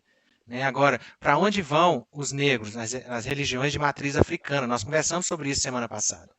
E assim, e outra pergunta que eu faço para o Alberto, antes daquilo que nós falamos semana passada, é que essa caracterização do negro estar na matriz, o negro está nas religiões de matriz africana, isso gera, no seu ponto de vista, isso também pode gerar um tipo de preconceito para aquela religião? Porra, pra cacete. Muito, muito. Se tem, assim, as religiões de matriz africana, sobretudo no Brasil, né, elas estão ali povoadas quase que praticamente por negros, né? E por mais que o negro esteja presente em outras religiões também, eu tenho um baita respeito por todas as religiões e tudo mais, sobretudo as de matriz africana, né? Porque eu acho que ela tem uma questão de identidade, por mais que não converse muito comigo, mas ela tem uma questão de identidade fortíssima que a gente tem que respeitar. Mas o preconceito, quando a pessoa tem um preconceito ali da religião de matriz africana, quando ela está lá flagelando ali a macumba, ela é um açoite à religião e ao negro em si. Tá? Então, a religião de matriz africana, ela tem o dobro de preconceito justamente por estar ali sendo povoada pelo povo preto, entendeu? Então, acontece, assim, não tem nenhuma, não tem, cara, não tem, assim, se a gente tem se você tem alguma questão de alguma religião que não conversa com a sua, você segue a sua e deixa o outro seguir a dele, né? Isso é uma premissa social, não é nenhuma questão religiosa. Do ponto de vista cristão, não tem em nenhum momento da Bíblia você vai ler que você vai, né? Você vai estar ali homem contra homem, igreja contra igreja, né? Você está ali, a luta é espiritual, né? Então, nada justifica um preconceito contra uma outra religião, mas a religião, o candomblé, a umbanda, ele é muito mais atingido justamente por conta do preconceito também, né? Quanto várias outras religiões são ignoradas, o espiritismo é ignorado, tudo é ignorado. Quantas vezes você vê o cara brigando com o cara saindo do centro espírita dele lá? Nunca, você não vai ver. Você vai ver o cara lá querendo pegar uma macumbeira de porrada, entendeu? É isso que acontece. E é o preconceito puro, né? E o interessante, acho que o Mário trouxe semana passada, eu só não lembro, eu acho que ele falou que tinha mais negro evangélico do que negro de religião de matriz africana, não foi? Negócio É o assim que ele falou. movimento pentecostal, né? Eu ia Eu tenho falar um isso livro agora. aqui que fala disso aí, a religião mais negra do Brasil. Eu tenho um livro aqui em casa que fala disso, a religião mais negra do Brasil. Tem um livro aqui em casa que a religião mais negra do Brasil. Tá por aqui esse livro aqui, tá por aqui. Mas é isso mesmo. Eu ia trazer a referência do Mário, inclusive, respondendo a pergunta do Felipe, que é, primeiro, que hoje o povo preto figura muito mais nos bancos das igrejas, e principalmente do cenário neopentecostal, do que até talvez as religiões de matriz africana. Muito embora o estigma ainda continue lá, porque as religiões, como o nome diz, ou como o termo diz, são de matriz africana. E é aquilo que a gente falou na semana passada. Como ela é oriunda do escravo, que é o preto, que é o ser sem alma, segundo a igreja, era o ser que não tinha alma e por isso ele podia ser escravizado, então é a religião do mal, a religião dos demônios. Até a ideia de que haja uma batalha entre entidades da igreja, do evangelicalismo, Deus contra o diabo e o diabo está dentro da religião de matriz africana, já parte do preconceito estrutural. Mas, cara, apesar de as fileiras das igrejas hoje estarem engrossadas por pretos, por gente de periferia preta, você vê muito pouco de ascensão dentro desses círculos sociais desse povo. Na verdade, acende o outro cara, o cara que é o mais branco e tudo mais. E acho que hoje, cara, se a gente for olhar o cenário e falar quem é um líder relevante, não estou falando se é positivamente ou não, mas em questão de relevância, de aparecer, de número de seguidores, a gente tem o Valdemiro Santiago só. E, infelizmente, é um cara que faz mais desserviço do que serviço. Então, você olha todo o cenário de uma religião que é majoritariamente negra ou preta, e você não tem líderes relevantes pretos. Porque o preto não é feito para ser líder. Ele é feito para engrossar as fileiras dos bancos. Eu diria de uma maneira geral, viu, Jader? De uma maneira geral, assim, não só nas igrejas, mas de uma maneira geral, você não vê, se você for tentar trazer na sua memória, você não tem uma grande liderança negra no Brasil. Né? Aquele cara que todo mundo vai seguir. Você não vai ter, assim, nossa, cara, pega uma grande liderança negra aqui, né? Você vai ter um cara notório brasileiro negro, é o Pelé. Fora isso aí, Xará, não tem. E o Pelé... E a gente tem até... Eu tenho minhas ressalvas com relação a ele, porque é um cara que poderia. É um cara que teve protagonismo para fazer muito pelo movimento e não fez absolutamente nada. Então, tô falando de futebol, não, tô falando né? Geral. O cara parou a guerra, o cara parou a guerra. Exato. Então, assim, ele tinha ali. Ele tinha ali autonomia, ele tinha um poder para fazer muita coisa e não fez absolutamente nada. Então, não existem grandes lideranças negras a serem seguidas. Talvez por isso a sociedade negra esteja tão ainda desestruturada no país, no sentido de liderança. A gente ainda tem um processo inverso, que é o de branquetização ou branqueamento, sei lá, das poucas pessoas que aparecem e se destacam. Pouca gente sabe. Mas eu vou te falar uma coisa, Jade. Vou te falar uma coisa antes de você seguir. Vou te pedir perdão por te interromper, mas eu quero pegar esse gancho que você falou. Cara, o ponto é o seguinte. O cara que vai conseguindo ascender na carreira, imagina um negro que virou um diretor de empresa, tá bom? Eu não conheci nenhum, tá bom? Não conheci nenhum. Nenhum. Tá? Multinacional, pá, grandona, empresona, tá? Tô falando o cara que bota lá dono de empresa no LinkedIn, você vai ver uma pastelaria. Tô falando cara empresona. Cara, empresona, diretorzão, tá? Conheço a Rachel, que é presidente da Lacoste, que era presidente, né, de joia, ela esqueci o nome agora. Esqueci. Mas enfim, presidente de empresa. Presidente de empresa, tá? Então imagina um cara que virou diretor de empresa numa grande multinacional e tudo mais, e tá lá vivendo todos os dias com esse estigma as forças contrárias o dia todo contra ele, não, mas é a meritocracia, tal, só lida com branco todo dia, não tem pluralidade, não tem inclusão, não tem nada, e tá todo dia lá. Todo todo dia com o mesmo papo, todo dia o mesmo assunto, a mesma pauta, as mesmas pessoas, não convive com negro nenhum, porque os negros são só da família dele e tudo mais, e aí no dia a dia não convive, papapá. Chega um certo momento que a maré remou tanto contra ele, que até o discurso dele vai mudando um pouco também. O discurso dele vai mudando um pouco. Porque eu, particularmente, no meu dia a dia, não tô falando de empresa X ou Y, mas no meu dia a dia, de forma geral, eu falo sozinho, cara, pra cacete, você entendeu? Porque não tem pluralidade, não tem gente que se identifica com a minha causa. Tem gente que tem sensibilidade com a minha causa, mas não tem gente que fala assim, não, pô, te entendo, é isso aí mesmo, você tá certo. Sabe, as pessoas estão ali achando que é brincadeira. As pessoas acham que, sabe, quando eu fui office boy anos, sabe, quando eu entrava na catraca eletrônica lá e o negócio travava toda hora, e aquele transtorno todo, e tira cinto, tira não sei o que, usava brinco, tira o brinco. Porra, cara, essas coisas todas, de ficar tomando geral de polícia toda hora, não é, assim, de verdade, não é culpa das pessoas, elas não viveram isso, elas não sabem o que é você parar na rua e o cara mandar você pôr a mão na parede. E ficar lá, e o cara te revistando, e o busão parar, ficar todo mundo te olhando, ó, deve ser bandido esse aí, e não sei o quê. As pessoas não sabem o que é isso. Se elas não sabem, elas não têm essa sensibilidade. Então, quando você fala desse lance do um embranquecimento, eu acho que é fácil disso acontecer, não é justificável, mas é fácil de acontecer, porque todo dia tomando martelada, cara, todo dia. Chega uma hora que o cara fala assim, cara, deixa eu ver minha vida, eu vou viver a minha vida. Não é que ele se embranqueceu, entre aspas, ele falou, cara, deixa eu cuidar de mim, e vambora.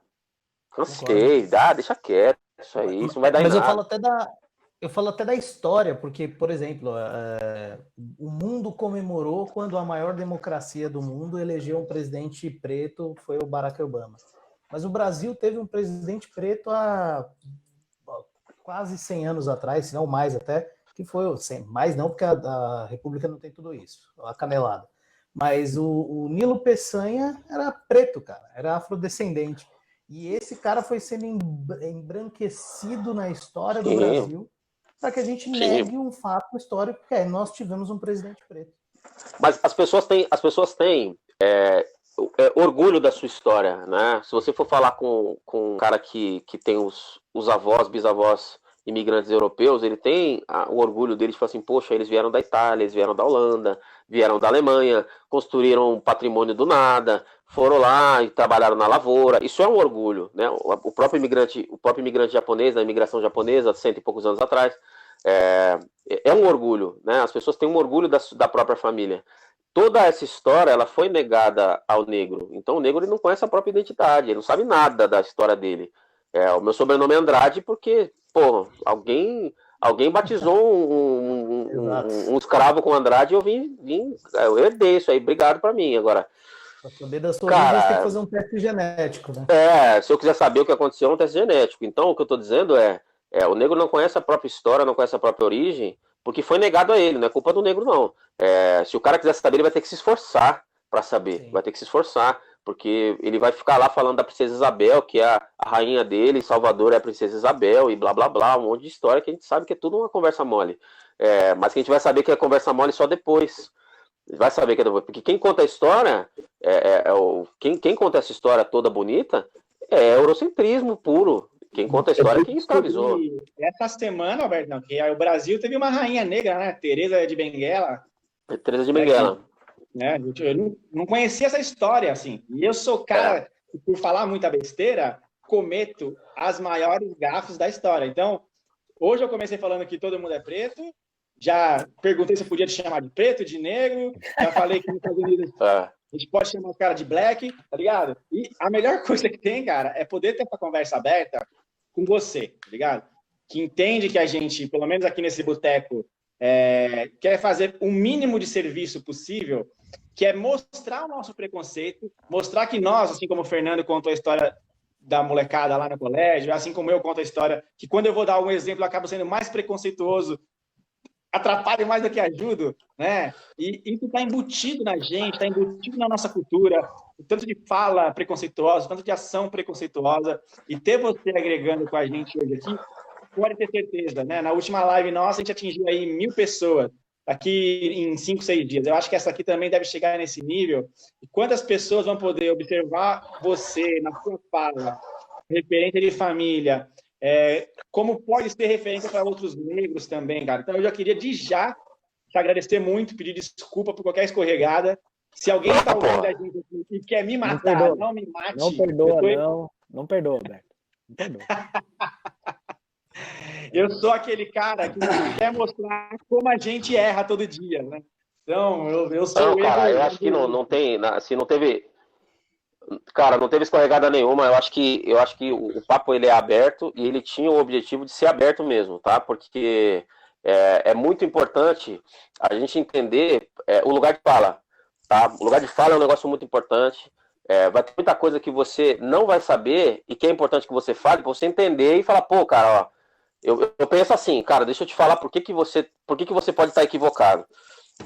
E eu vou te colocar um ponto de vista, cara. Um ponto de vista que é do meu lugar de fala de negro, que viveu uma vida inteira resistindo, né, e correndo atrás das coisas e tentando trazer alguma diferença para a população e para a militância. Porque seria muito cômodo e confortável para mim sentar na minha cadeira de trampo, falar, cara, o meu tá feito e vambora. Né? Mas tem uma rapaziadinha aí que precisa de um referencial. E não que eu queira ser o referencial, mas eu quero trazer para um cara um livro que, pô, lê esse livro. Ninguém vai fazer isso por ele, cara. Ninguém vai falar assim, cara, às vezes o cara precisa de um livro, que eu indique uma leitura para ele. Eu indique. Porque um cara que não viveu isso vai indicar uma leitura específica da vida que ele viveu. Entendeu? Mas eu vou trazer para um cara negro um referencial de leitura, de referências de filme, de qualquer outra coisa que seja, que conversa mais com ele, que conversa com a história dele. E isso vai fazer alguma diferença da mesma forma que eu gostaria que alguém fizesse pelos meus filhos se eu não tiver a oportunidade. Porque é uma outra geração, uma outra parada.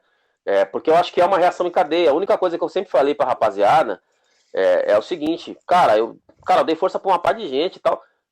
E aí chega lá na frente, o cara tá lá com uma cabeça toda de meritocrática e tal. Falei, cara, meu, eu não tô pedindo pra você me agradecer a vida inteira, só tô pedindo pra você trazer mais um.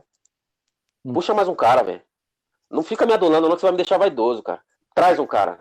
Pega um cara e traz um cara. Mas traz um cara. Para com essa conversa mole de pô, é só você traz, que você é um cabeça de... Se eu não te ajudasse, assim como eu fui ajudado, você tava de até hoje. Que você era um cara que ali no meio você era aceito. Teve que ter uma força extra para trazer. Assim como houve uma força extra para me trazer. E assim como a gente tem que agir em comunidade, fazer as coisas acontecer. E a rapaziada branca é fundamental nesse aspecto. Por quê? Porque o branco, ele é o cara que tem que fazer a diferença agora, porque o negro sozinho não consegue. Esse é um ponto de vista muito particular, meu. Porque o negro sozinho, ele só vai para a rua, tocar fogo nas coisas. Independente de achar certo ou errado, eu tenho uma visão muito particular disso. Se a gente não se ajudar enquanto sociedade, a gente não sai do lugar.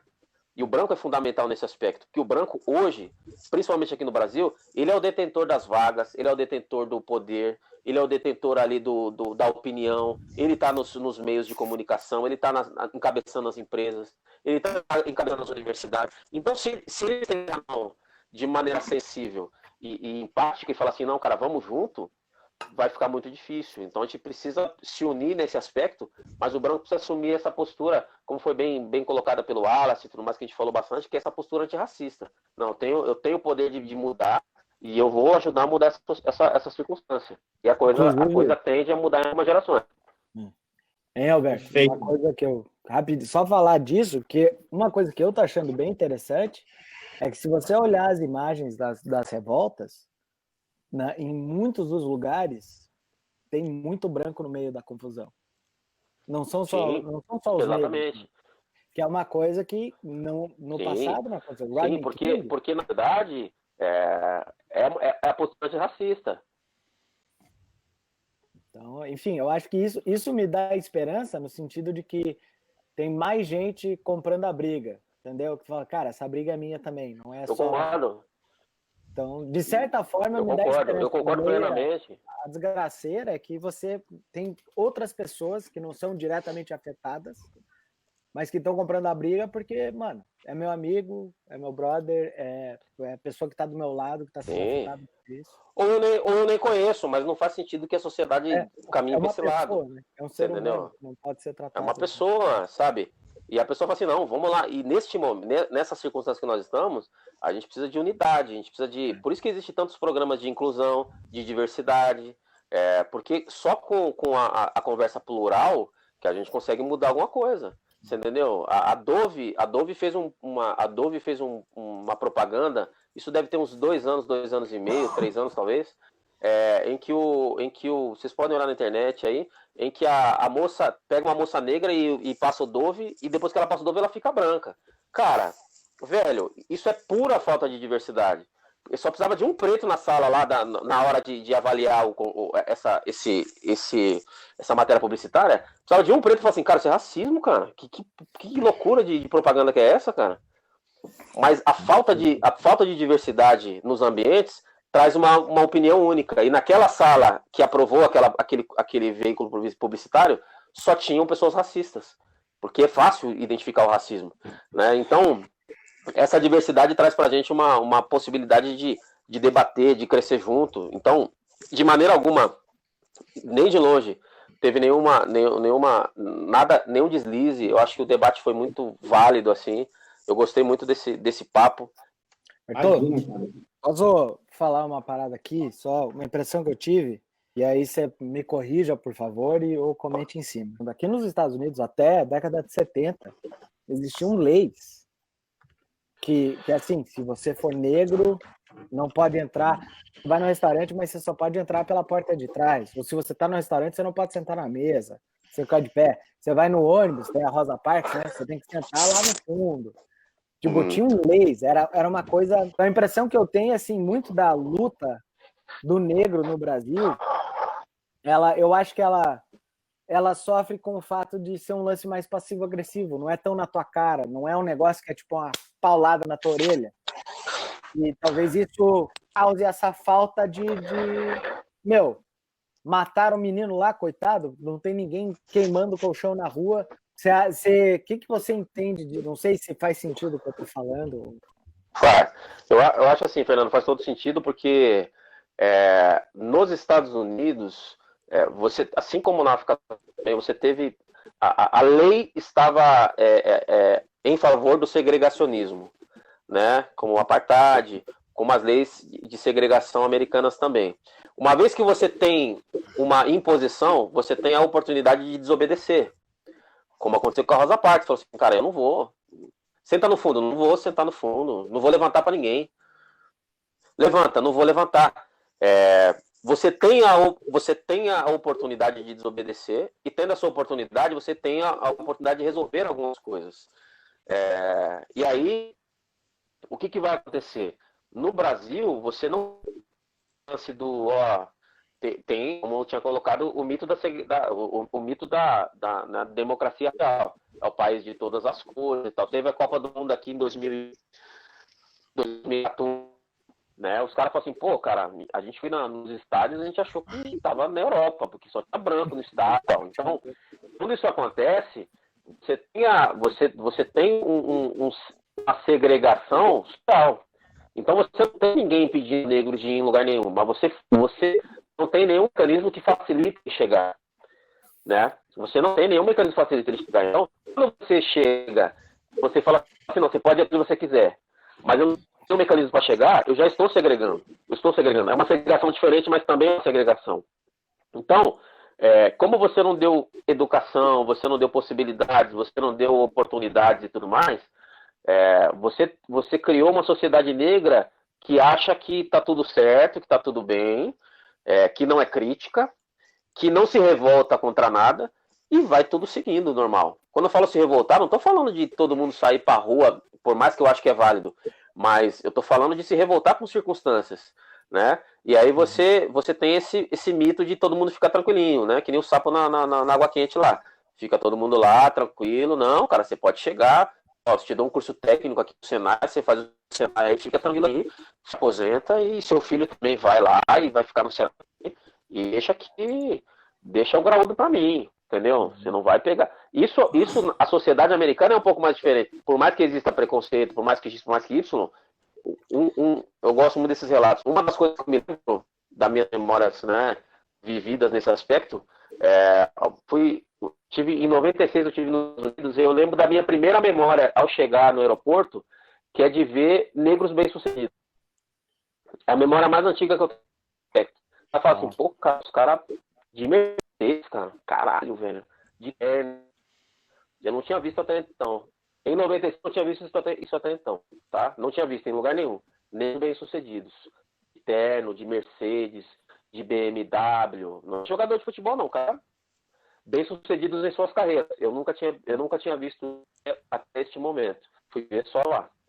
Então, Alberto, cara, eu não tenho palavras para agradecer a sua presença aqui nesse papo hoje, né? Enriqueceu demais, né? Você preencheu aqui uma lacuna que a gente precisava mesmo entender melhor. Eu quase chorei várias vezes, eu fiquei sem falar muitas vezes aqui, porque não dá para sentir o que você sentiu, de fato, cara. E isso é muito frustrante, porque nem a empatia ela vai funcionar, porque ela não vai amenizar o que você passou na vida, né? Os meus filhos talvez não vão passar nada que seus filhos já passaram, vão passar, cara. E isso vai fazer eu refletir, e muita gente está aqui com a gente, refletir muito sobre isso, né?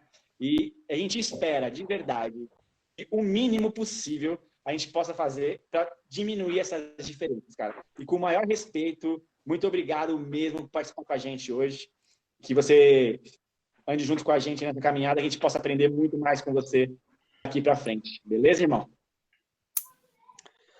Obrigado aí, satisfação em conhecê-los aqui, eu não conhecia. Felipe, é um prazerzaço te encontrar de novo aí, você é um grande parceiro aí que eu espero voltar a ter mais contato. Rapaziada, satisfação em conhecer a todos, tá? Obrigado por me ir pro boteco aí, tá? É um bom papo, tá? Vocês conseguiram preencher meu domingo aí de uma maneira maravilhosa, tá? Parabéns aí pela postura. Vamos que vamos. Tudo certo. Valeu, parceiro.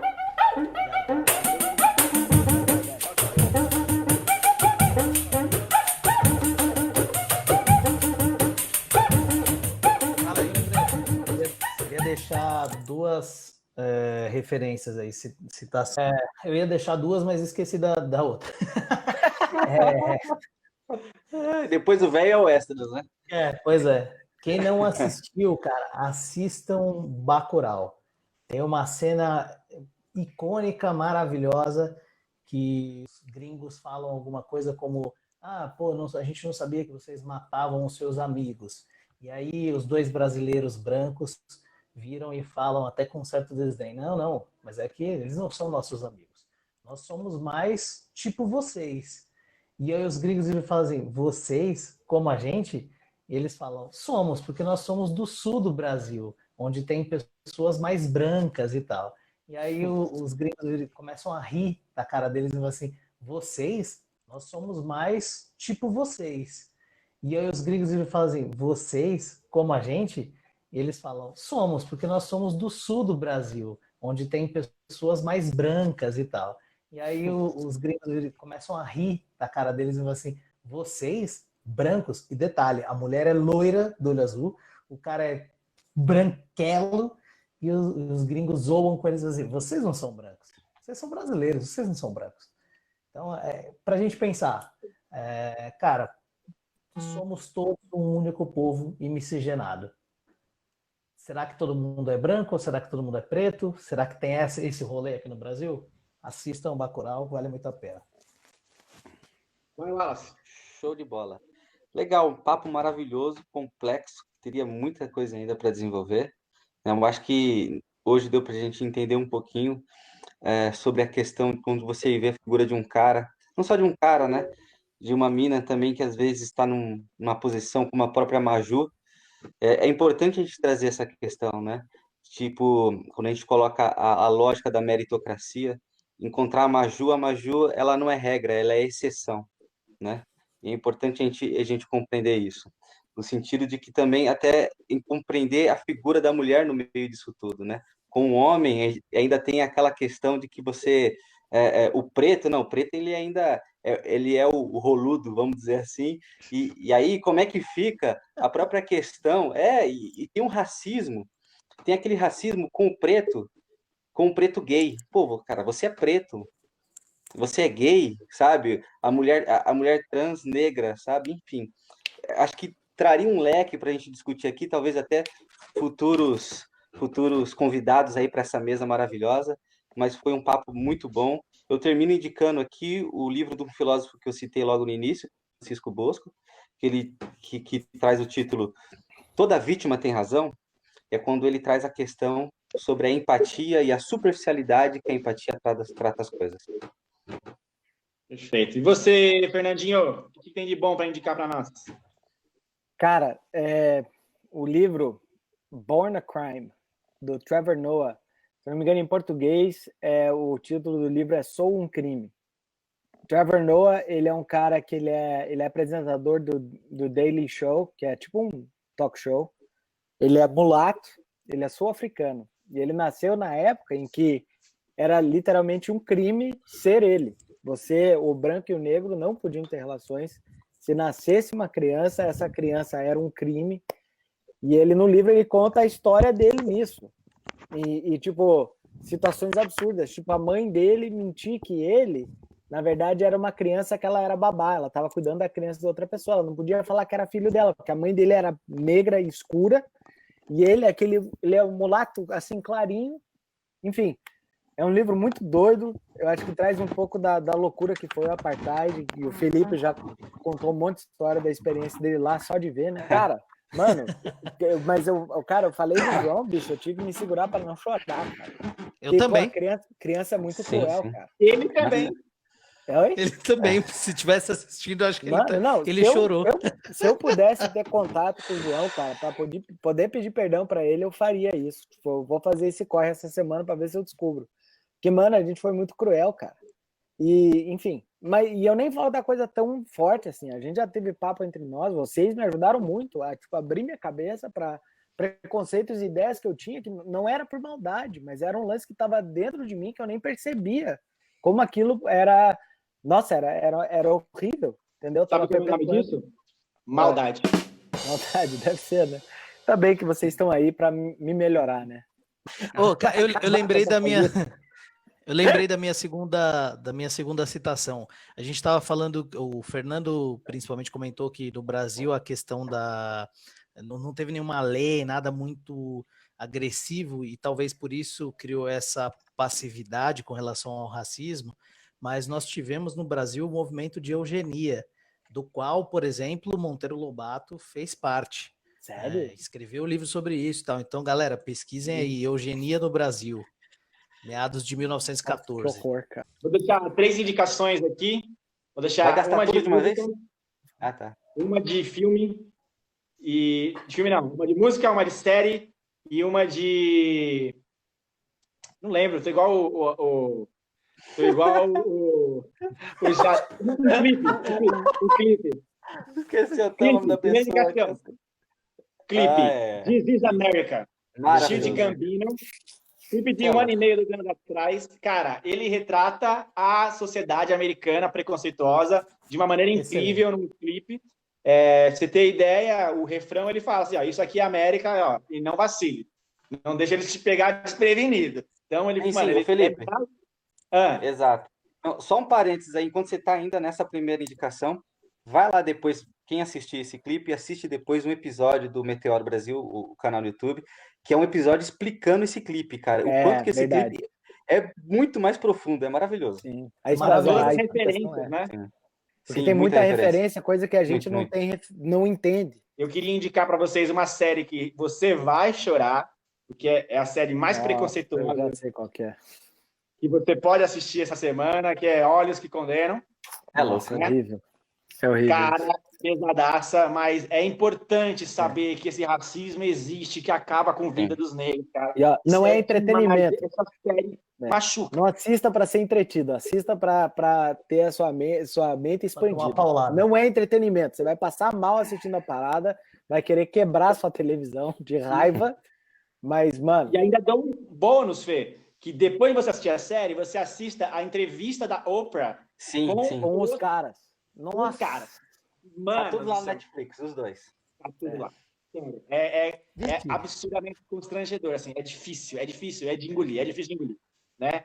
Por último, uma dica de música que eu vou dar é Baco, Exu do Blues. Esse cara, ele fala o que é ser negro, como é valorizar o negro, como que o negro pode ser negro do jeito que ele quer ser negro, como tudo que era do diabo era preto e agora ficou bom, virou blues. Mano, é muito bom as analogias do cara. Ouçam. São essas minhas dicas. Tio de Gambino, Gambino e Baco, Exu do Blues. Jerusalém que se for, eu tô à procura de Wakanda. Bom, eu quero Você tem alguma indicação aí? a dica do filme Bem-vindo a Merli-Gaumont. É um filme de um médico francês. Ele deixa o país dele, refugiado, e vai para a França. Esse filme é sensacional. Sensacional, Ele vai rapaz. ser médico numa vilazinha pequena, Isso. né? E esse é um Nossa, filme de esse filme é humor, longo, mas né? fantástico Se esse não me filme. engano, ele é do Congo e vai pra Isso. França, não é isso? Eu postei uma imagem aí agora da família dele, quando a família dele vai visitá-los. Aí essa imagem, assim, eles são gospel, da família eles são gospel, né? E chega lá uma cidade muito tradicional e tal. E quando eles chegam um momento, quando eles estão na igreja, aquilo ali, quem assistiu esse filme, eu arrepiei naquela cena. Eles dentro da igreja, sabe? Não dá para contar para não ficar um spoiler, né? Mas é Esse fantástico. é um filme que é entretenimento, é um filme gostoso de ver. Gostoso, tipo, história. com certeza. E ele é leve, né? É um filme leve de assistir, não tem É um aquele, filme leve. né? Pois é. Boa recomendação. Muito bom. Ó, eu queria só finalizar também, passando aqui uma indicação rapidinha também, uma música do Emicida, Boa Esperança. Aí eu finalizo aqui só lendo o primeiro refrão da música, que é maravilhoso. Por mais que você corra, irmão, para a sua guerra vão nem se lixar. Esse é o X da questão. Já viu ele chorar pela cor do orixá? E o camburão, o que são? Negreiros a retraficar. Favela ainda é senzala, João. Bomba relógio prestes a estourar. Uau. Fogo nos racistas, maluco. É isso. É isso aí. Galera, Muito bem, muito obrigado. Fecha o boteco? Vamos fechar aqui, já estou virando as cadeiras em cima da mesa, jogando água no chão. Vamos fechar esse boteco por hoje. Espero semana que vem poder encontrar vocês de novo. Vamos trabalhar o tema na semana. Talvez tenha mulher na parada. Talvez a gente coloque alguém aí para bater um papo com a gente. Vamos ver o que rola aí no decorrer da semana. Galera, brigadão. Valeu aí. Amo vocês. Abraço para meus brothers aí. Um abraço e fogo nos racistas. Valeu, galera. Com responsabilidade. Com responsabilidade. Fogo nos racistas. Fogo dos racistas. Quem vai apagar isso depois, meu Deus do céu? Ai.